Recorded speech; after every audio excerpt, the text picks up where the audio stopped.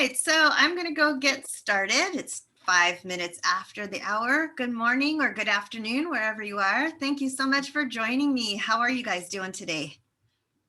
Very good. Good. Very, thank Good. you. Yeah, you can mute yourself and just give me a thumbs up or feel free to speak. Either way, I'm fine. I know that if there's any background or you hear background noise, then go ahead and mute, but I'm fine with it open either way. So I was really excited to be here today and meet everybody to share the top 9 signs, which was my promise, that you're not living your life. And the fact that you're here tells me that at least you're interested in learning something new or taking that next step to finding more satisfaction and happiness in your life. So congratulations. Sometimes it's hard to do in taking that first step. So I just want to say congratulations and thanks for being here. I know I always look to learn something new every day, no matter what it is. I just learned that the sand traps in golf were called the bunker. I know I don't watch golf. I don't play golf, but I'm starting to watch with my honey. So that was my one thing I learned yesterday. But on to the top 9 signs. So I have set up a visual for us via a poll. So you'll see it on the screen. Can y'all see it? Thumbs up, yes? Yep. Okay, cool. It is completely anonymous, so I don't see who answers, but I know if there's so many of you with me, if I'm missing one of you didn't respond. So if you would just give me your thoughts. The first item that you don't feel satisfied with your life can be a sign that you're not living your true life. So if you could answer, is that mostly true for you or mostly false? Go ahead and click that. And by the way, these top 9 signs are not in any specific order. Are you able to click them? Okay. Yeah. Okay, great, because I didn't see anything yet. So the second item, do you question your own decisions and actions often? Meaning, do you decide, yes, I'm going to go see this movie, or I am going to enroll for this workshop? And then you get there and think, well, why did I do this? Or maybe I shouldn't have done that. Or you buy a new outfit. And then you take it home and why did I spend the money? Or I shouldn't have spent the money or whatever. A lot of times we ask ourselves why. And if you're asking yourself quite often, why are you questioning your decisions and your choices? I want you to think about, is it because someone's going to not accept you? Is it because it may be the wrong outfit for the party you're going to? Or maybe it's the wrong something or other. I want you to explore and think about and be aware of, if you do most of the time question your decisions and your actions, what's coming to mind? That's important.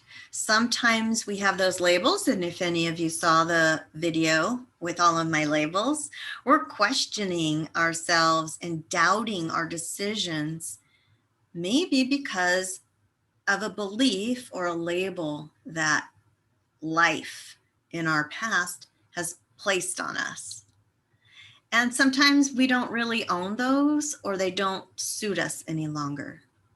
So I want you to think about that and really think about what the motivation or what the thoughts are behind in your mind when that impacts you, when you start to question yourself. Because we can all get to a place where at least 90 to 95% of our decisions, we don't question. We're going to feel secure in and whole. Third item or third sign, you feel like there's a typo. You feel like there's something, got to be something more, but you don't know what it is. As you go through life, and excuse the typo. Are you saying, is this all there is? What else is there? There should be something more. Am I getting what I need out of life? Are you satisfied? Sometimes when we're not following our true purpose, when we're not, haven't even maybe identified with what our inner soul is wanting to do, but we've been doing things that we've been told we should do or that we're good at. I've worked with a client who has said that she followed a career based on what her family and her friends told her she was good at, but she really had no interest in it. But she did it anyway.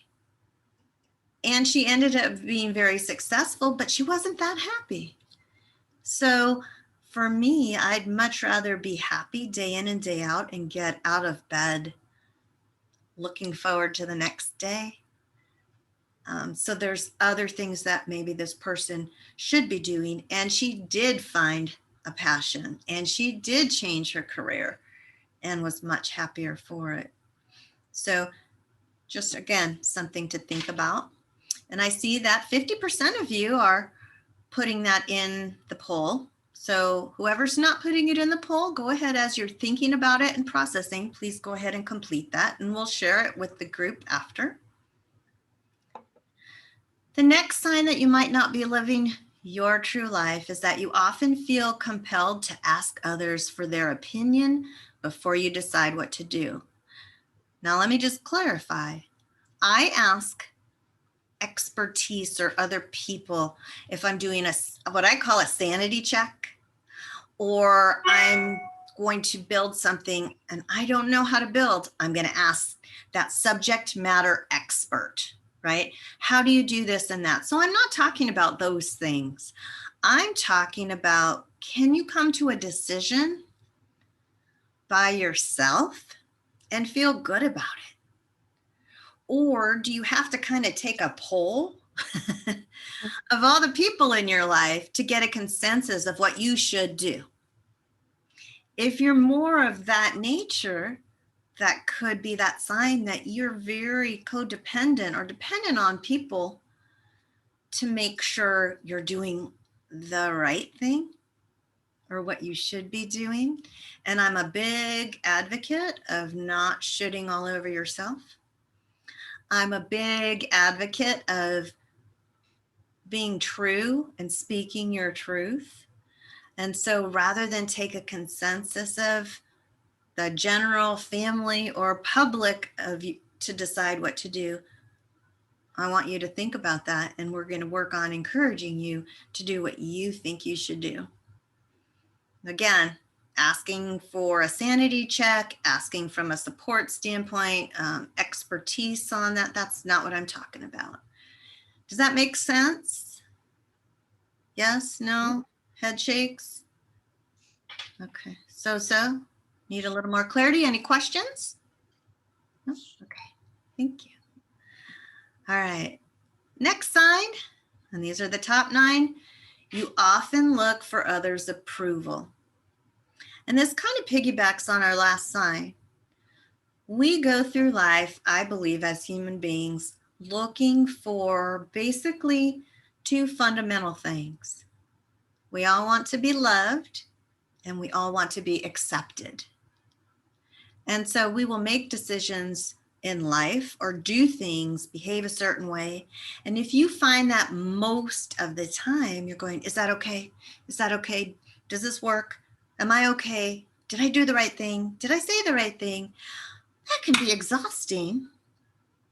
And it means you're up here questioning yourself again. So a way to find true flow and happiness is to find within yourself that confidence of knowing you're doing what's right for you. You're doing what's true to your soul. And you don't need anybody else's approval. But yet when we grow up, like I've said before on a video, if you've seen them, we look to our parents, right? We want that love and that approval. And so as we get older, if we haven't learned to be proud of ourselves, to say, oh, good job, Lise, I got that one.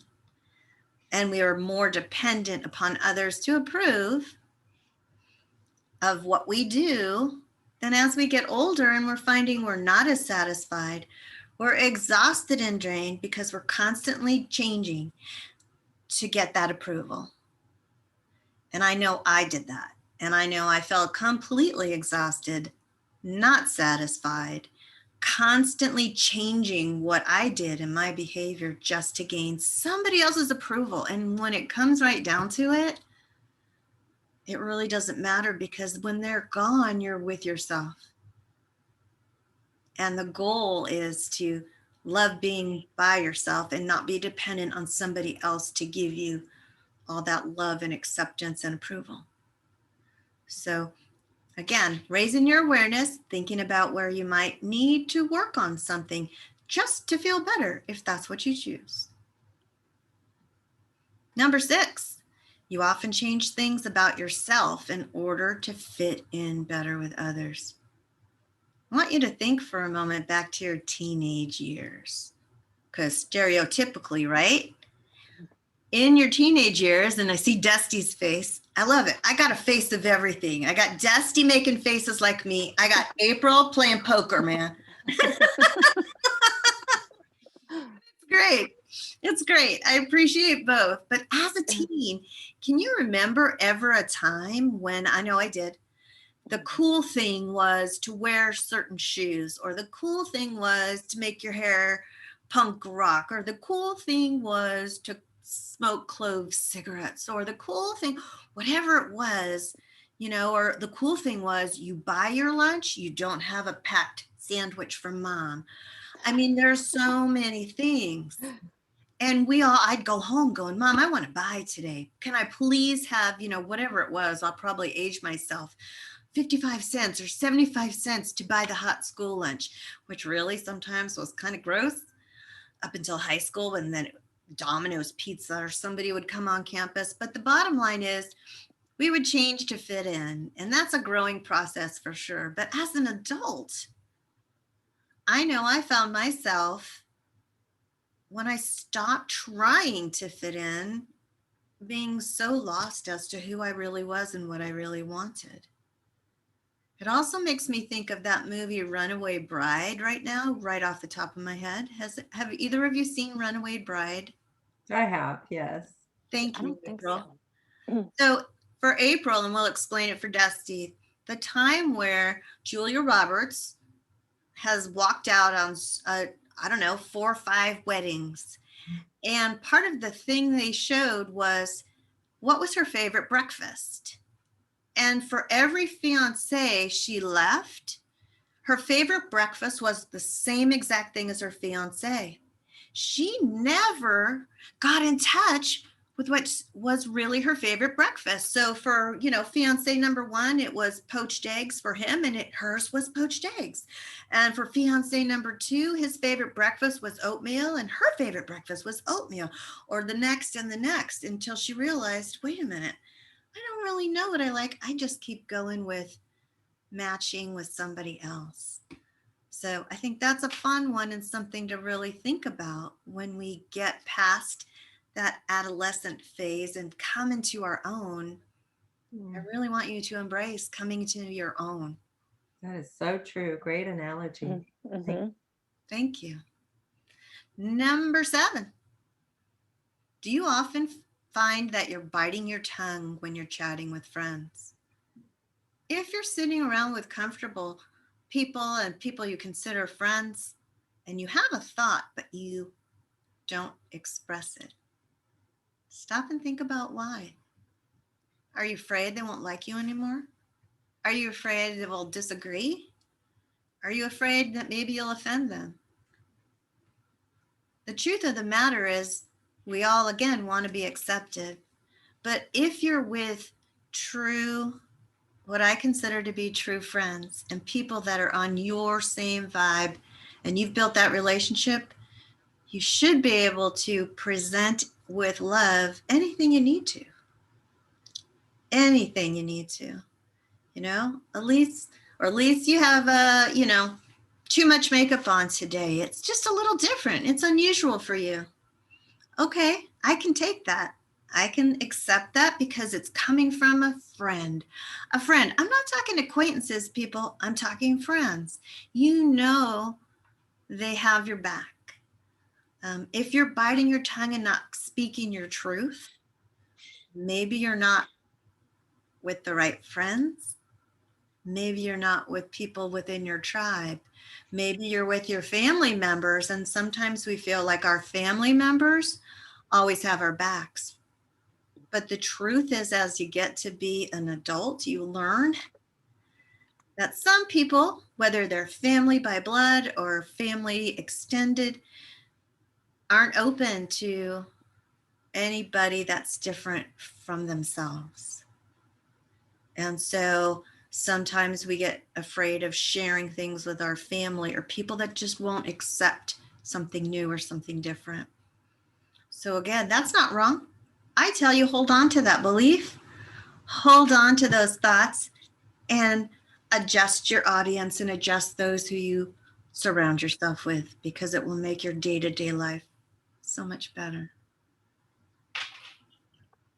Number 8, if you don't speak up around people that you know, maybe you don't really know you. We go to work in a workplace and they know of you. But again, if you're holding back, they're not your friends, they're not your family, but you think they know you. But if you're biting your tongue, they don't know you. Get to know them, or if you want to get to know them, speak up. It's okay.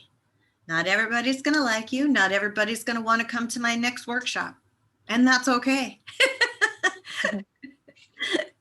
But find, out of the billions and trillions of people on this planet, find those people that vibe with you, that are within that same mindset, that can share with you and accept you. Questions or thoughts before we hit the last one? All right.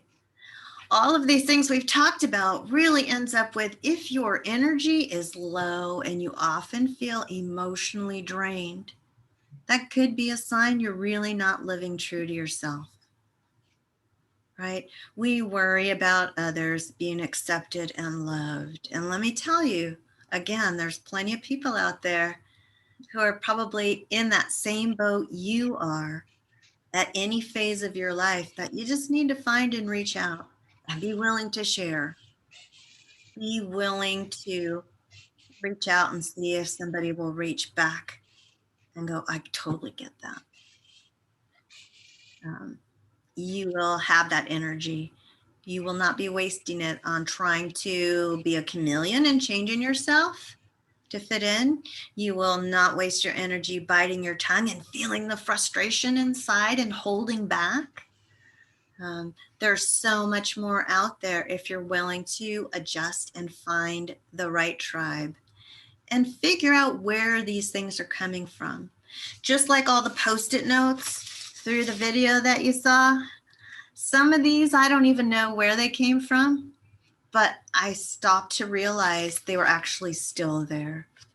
And I'm not 100% sure, but I don't doubt that there's still some that need to be removed, because every single day, I believe we're changing and evolving.